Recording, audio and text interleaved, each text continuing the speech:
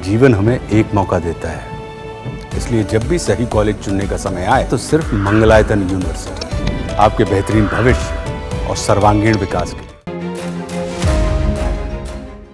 संसद में दिया राघव चड्ढा का ये वो धमाकेदार बयान है जिसने सोशल मीडिया पर तहलका मचा दिया है। ये वो बयान है जिसने लोगों को ये कहने पे मजबूर कर दिया कि किसी ने पहली बार संसद में असली मुद्दा उठाया है। एटीएम यूजेज, आपको एटीएम ट्रांजैक्शन के लिए 2 से 3 की मोहलत मिलती है, 2 से 3 की इजाजत मिलती है बैंकों द्वारा। अगर आप चौथा 5वां ट्रांजैक्शन कर लें तो हर ट्रांजैक्शन पे 20 रुपए एटीएम चार्ज आपको देना पड़ता है। इनएक्टिविटी फी 100 से 200 रुपए सालाना, यानी कि अगर बैंक आप बहुत ज्यादा अपना अकाउंट यूज नहीं करते हैं तो बैंक इनएक्टिविटी के नाम पे भी चार्ज लगा देता है। लेकिन अब राघव चड्ढा के इसी बयान के बाद एटीएम के नए नियम सामने आए हैं। नए नियमों पर चड्ढा की इस स्पीच का क्या असर हुआ है, वो जानने से पहले चड्ढा को ही सुन लीजिए। न्यूनतम बैलेंस नहीं रखते हैं तो 100 से 600 रुपए प्रति माह बैंक आपका काट लेता है। इस चार्ज को लगाने के बाद बैंकों ने वित्तीय वर्ष 22-23 में 3500 करोड़ रुपए मिनिमम बैलेंस पेनल्टी के नाम से लोगों से वसूले हैं मैडम। दूसरा चार्ज, एक्स्ट्रा एटीएम यूजेज, आपको एटीएम ट्रांजैक्शन के लिए 2 से 3 की मोहलत मिलती है, 2 से 3 की इजाजत मिलती है बैंकों द्वारा। अगर आप चौथा 5वां ट्रांजैक्शन कर लें तो हर ट्रांजैक्शन पे 20 रुपए एटीएम चार्ज आपको देना पड़ता है। इनएक्टिविटी फी 100 से 200 रुपए सालाना, यानी कि अगर बैंक आप बहुत ज्यादा अपना अकाउंट यूज नहीं करते हैं तो बैंक इनएक्टिविटी के नाम पे भी चार्ज लगा देता है। फिर बैंक स्टेटमेंट आप मंगवाते हैं तो बैंक स्टेटमेंट इशुएंस चार्जेस के नाम पर आपसे 50 से 100 रुपए लेता है। फिर आप कहते हैं हमें एसएमएस अलर्ट के माध्यम से मेरे बैंक के खाते में क्या आ रहा है उसकी जानकारी मिले, तो एसएमएस अलर्ट चार्जेस के नाम पर भी प्रति क्वार्टर 20 से 25 रुपए आपसे लिया जाता है। ऑनलाइन पेमेंट करेंगे एनईएफटी की तो ट्रांजैक्शन फी भी ली जाती है। जबरदस्ती आपको पहले लोन बेचते हैं और फिर उसके बाद लोन प्रोसेसिंग फी के नाम पर 1 से 3% लोन अमाउंट का काट लेते हैं। और जब आपकी किस्मत ठीक चल रही हो और आप समय से पहले अपना लोन बकाया जो है उसका भुगतान करने बैंक पहुंच जाएं तो loan pre closure charges, early payment penalty के नाम पर भी बैंक आपसे पैसा वसूलता है। साधारण सा सिग्नेचर बदलवाना हो, नॉमिनी की डिटेल्स बदलवानी हो,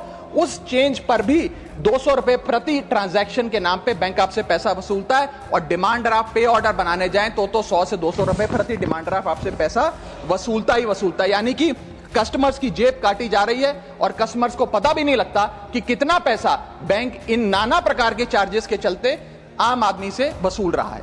राघव चड्ढा ने एक एक कर उन तमाम मुद्दों को उठाया जो आम जनता के लिए आज सिरदर्द बने हुए हैं। दरअसल देश में 1 अप्रैल से वित्तीय वर्ष शुरू हो गया है। ऐसे में बैंक खाते, एटीएम से पैसे निकालने, आयकर रिटर्न दाखिल करने के साथ साथ कई और नियम भी बदल गए हैं। इन नए नियमों से आपकी आर्थिक सेहत पर भी असर देखने को मिल सकता है। ऐसे में ये जानना जरूरी है कि किन नियमों में बदलाव हुए हैं। वित्तीय वर्ष के बदलाव के साथ ही आयकर रिटर्न दाखिल करने की प्रक्रिया में भी बदलाव हुआ है। वित्तीय वर्ष 2025-26 से नई कर व्यवस्था डिफॉल्ट मोड में लागू कर दी गई है। इनकम टैक्स रिटर्न यानी आईटीआर दाखिल करते समय अब आयकर दाता को डिफॉल्ट मोड में नया आयकर रिजीम देखने को मिलेगा। यदि किसी आयकर दाता को पुराने आयकर रिजीम के आधार पर आयकर भरना हो तो उन्हें इसमें बदलाव कर ओल्ड स्कीम से आयकर भरने की प्रक्रिया करनी होगी। इसमें करदाताओं के पास टैक्स रिजीम चुनने का विकल्प होगा। जिन्हें लगता है कि उनके लिए पुराने स्लैब फायदेमंद है तो वो पुराने स्लैब व्यवस्था का उपयोग कर सकते हैं। सीए आशीष रोहतगी और सीए रश्मि गुप्ता ने बताया कि बिना किसी व्यावसायिक आय वाले पात्र व्यक्तियों के पास प्रत्येक वर्ष के लिए व्यवस्था चुनने का विकल्प होगा।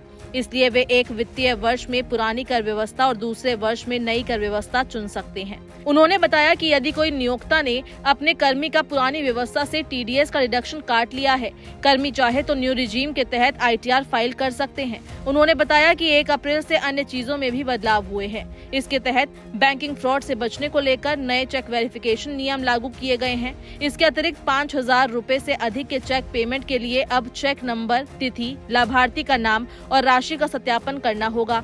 साथ ही रुपए डेबिट कार्ड में नए फीचर को जोड़ा जा रहा है। इसमें एयरपोर्ट लाउंज में आना जाना, इंश्योरेंस आदि सुविधा भी मिलेगी।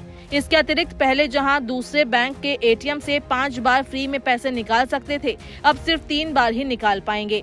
उसके बाद हर बार पैसे निकालने पर 20 से 25 रुपए चार्ज देना पड़ेगा। अब हर बार एटीएम जाने से पहले सोचना पड़ सकता है। न्यूनतम बैलेंस की सीमा को लेकर भी नियम लागू किया जा रहा है।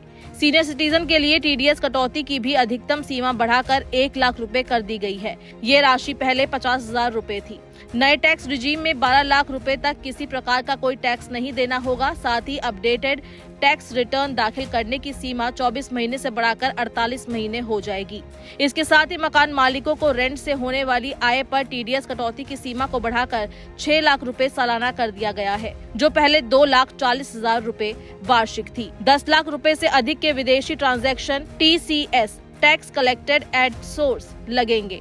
पहले ये सीमा 7 लाख रुपए थी। सीए आशीष रोहतगी और सीए रश्मि गुप्ता ने बताया कि आयकर बदलाव के तहत 1 अप्रैल से डिविडेंड इनकम पर टीडीएस कटौती अब 10,000 रुपए प्रति वर्ष कर दी जाएगी। पहले ये 5,000 रुपए थी। साथ ही कैपिटल गेन में बदलाव करते हुए अब लॉन्ग टर्म कैपिटल गेन छूट की सीमा 1,25,000 रुपए कर दी गई है। पार्टनरशिप फर्म अपने पार्टनर्स को सैलरी और कैपिटल पर इंटरेस्ट पर अब अनिवार्य रूप से टीडीएस काटने होंगे। पहले ये लागू नहीं था।